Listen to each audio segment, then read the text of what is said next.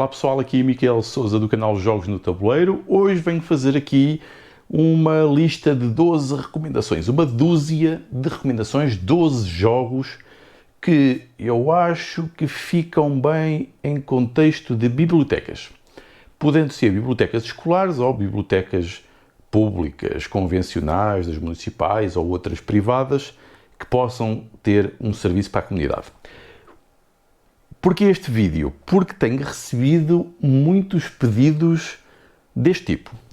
E tenho enviado as listas às pessoas, tenho feito as recomendações diretamente, mas acho que se justifica fazer aqui um vídeo porque outras pessoas que não me conhecem ou que queiram procurar online, depois isto provavelmente aparece nos motores de pesquisa, podem ver esta lista.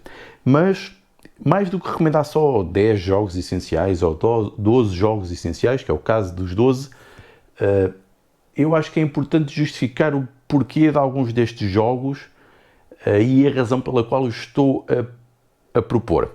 Acima de tudo, mais do que definir estes 12 essenciais, eu tentei identificar aqui 12 jogos diferentes que proporcionam experiências diferentes.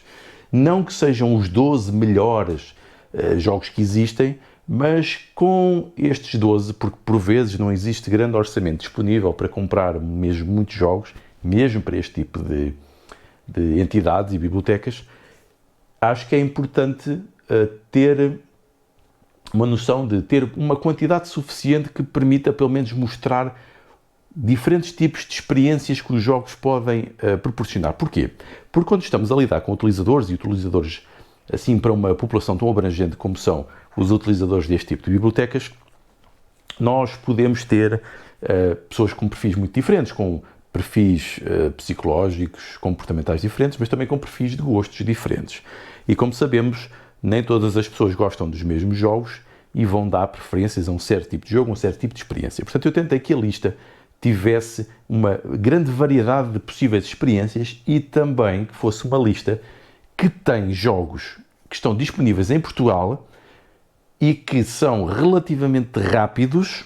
Claro que variam aqui um pouco, há uns um pouco mais longos que outros, que estejam acessíveis em Portugal e que sejam também acessíveis do ponto de vista financeiro.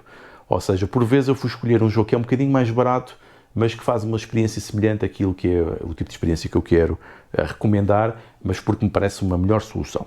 Portanto, então vou mostrar esses 12 jogos e um deles é um extra, que depois eu mostro no final e porque é que não incluí na lista dos 12. Então vamos começar aqui pelo primeiro.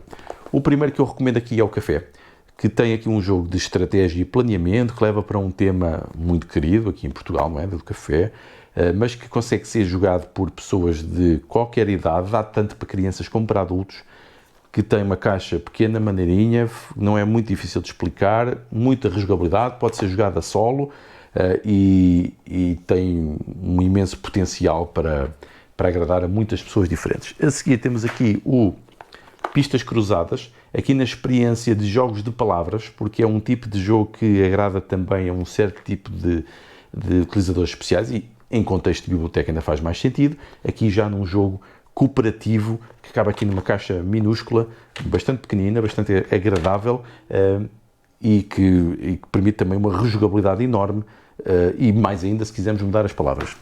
Depois aqui o Kites, também um jogo cooperativo em tempo real, que eu acho que proporciona aqui a experiência de stress, de dinamismo, muito fácil de aprender também, e também cooperativo. Um jogo aqui de jogar cartas e virar ampulhetas. De seguida aqui o Coyote, eu recomendo aqui este porque também parece que é um jogo bastante acessível, mas que é um jogo que entra aqui um pouco no bluff, na capacidade de tentar manipular e arriscar, que é um tipo de experiência que pode agradar também a um certo tipo de utilizadores, neste caso também sobre cálculo, pode interessar, também explorar aqui a parte matemática do jogo, embora seja também simples, mas um jogo também que depois traz algumas memórias dos jogos, dos papéis, não é, ocultos, em que nós tentamos descobrir quem é quem. Portanto, qualquer coisa que também funciona bem, com qualquer idade. Depois, aqui o Salada de Pontos, num jogo também relativamente simples aqui de pontos e combinações, com um tema que também encaixa até numa perspectiva mais educativa também, mas que funciona também para adultos e crianças e para todos. Um jogo também barato e bastante bonito também, até da implementação das cartas e e fácil de levar à mesa. Depois um jogo de memória, o That's Not a Hat, que é um jogo de memória, mas também um bocadinho de bluff, não é? Mas o exemplo de um jogo de memória com muita qualidade e que se explica praticamente enquanto se está a jogar e que pode ser jogado por muita gente ao mesmo tempo e havendo uma mesa também muito pequena, portanto muitíssimo flexível, fantástico também para este tipo de contextos. Depois aqui o Decrypto, que ainda nem sequer abri, mas é uma novidade da salta da caixa. Este jogo aqui já mais a tender para o puzzle, para a resolução de um puzzle, também aqui os jogos de palavras, também qualquer coisa que eu acho que é muito adequado para explorar em contexto de biblioteca. Depois aqui o King Domino, que também é um jogo relativamente acessível, também é relativamente simples e que vem aqui buscar aqui um mecanismo dos dominós, que é qualquer coisa que faz parte do imaginário de muitas pessoas e que pode ser jogado aqui num modo mais moderno, com este design e mais, também diria que é muito acessível e muito interessante para ter disponível. Depois, o The Crew, a tripulação, para quem sabe é aqui um jogo de vasas, aqui um jogo que se assemelha quase à sueca, ou à bisca, mas com uma dimensão colaborativa e progressiva com vários níveis. Portanto, eu diria que também é muito bom para introduzir, se calhar, um público mais velho, que vai, se calhar, sentir-se mais confortável numa coisa destas, mas tendo aqui toda a novidade de jogar de forma colaborativa, que é uma novidade para muita gente. Depois temos aqui o passo ao desenho. Mostro apenas aqui o caderno, porque os meus... Já não sei das caixas dos meus, porque tenho muitos cadernos juntos numa caixa para as dinâmicas que eu faço, mas o passo ao desenho é um jogo também muito interessante para levar aqui para a experiência do desenhar e da expressão artística e gráfica que pode ser, e é uma coisa que agrada também muito a um certo tipo de utilizadores. Depois aqui o azul, e recomendo esta versão que é a versão de viagem. Porquê? Porque é mais pequena e é mais barata. E pode ser jogada também no exterior, porque algumas destas bibliotecas também têm serviços de rua e pode ser jogado até da rua, e isto tem essa versatilidade, tanto do preço também como da flexibilidade de poder ser jogado na rua.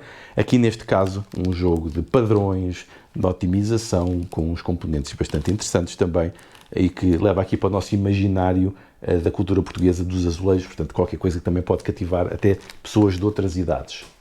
Depois tenho aqui o Dixit, aqui na versão Odyssey, que é um dos jogos assim mais conhecidos e mais simples também de storytelling, e que é um jogo que só as próprias cartas vão fascinar as pessoas e também vai agradar aquele tipo de público que gosta de fazer um storytelling aqui do modo simples, mas também pode ficar mais complexo e mais profundo dependendo do tipo de regras e restrições que quisermos criar adicionais. Portanto, um jogo que vive muito aquilo que são as decisões e o modo como os utilizadores jogam o próprio jogo. E com isto faz 12. E o tal jogo extra é mesmo aqui o Game Creator Set, que é o meu jogo. Não me fico muito confortável em metê-lo nos 12, por isso meto-o à parte, com esta noção de que posso estar a ter algum enviesamento em estar a recomendar o meu próprio jogo, que é sempre um bocado estranho, mas eu diria que pelo lado progressivo da sequência de vários jogos que leva do mercado de massas aos jogos mais modernos, que pode ser realmente interessante para fazer essa ponte. Também acho que está com um preço aceitável, nós tentámos reduzir o preço e no fundo é também uma ferramenta criativa para poder depois criar mais jogos, que é qualquer coisa que também eu diria que interessa sempre às bibliotecas nesta parte mais das oficinas, dos workshops e das atividades para fazer com as crianças. E pronto, foram estas as minhas recomendações de jogos da dúzia e este extra, que podem excluir se quiserem, mas estes 12 jogos para poder ter nas bibliotecas como mais uma ferramenta, mais um mídia de utilização, porque nós sabemos que as bibliotecas não são só livros, são muito mais coisas, e os jogos de tabuleiro também se ligam a este lado mais de desenvolvimento cognitivo, a este lado que também se liga à leitura, mas se liga à cultura no geral, e os jogos de tabuleiro também são cultura, portanto eles devem estar também nas bibliotecas. Pronto, ficam aqui as recomendações de jogos mais relativamente simples, relativamente baratos, acessíveis em Portugal e que podem proporcionar diferentes experiências para conseguirmos chegar ao máximo número de públicos possíveis. Então vá, obrigado, Deus!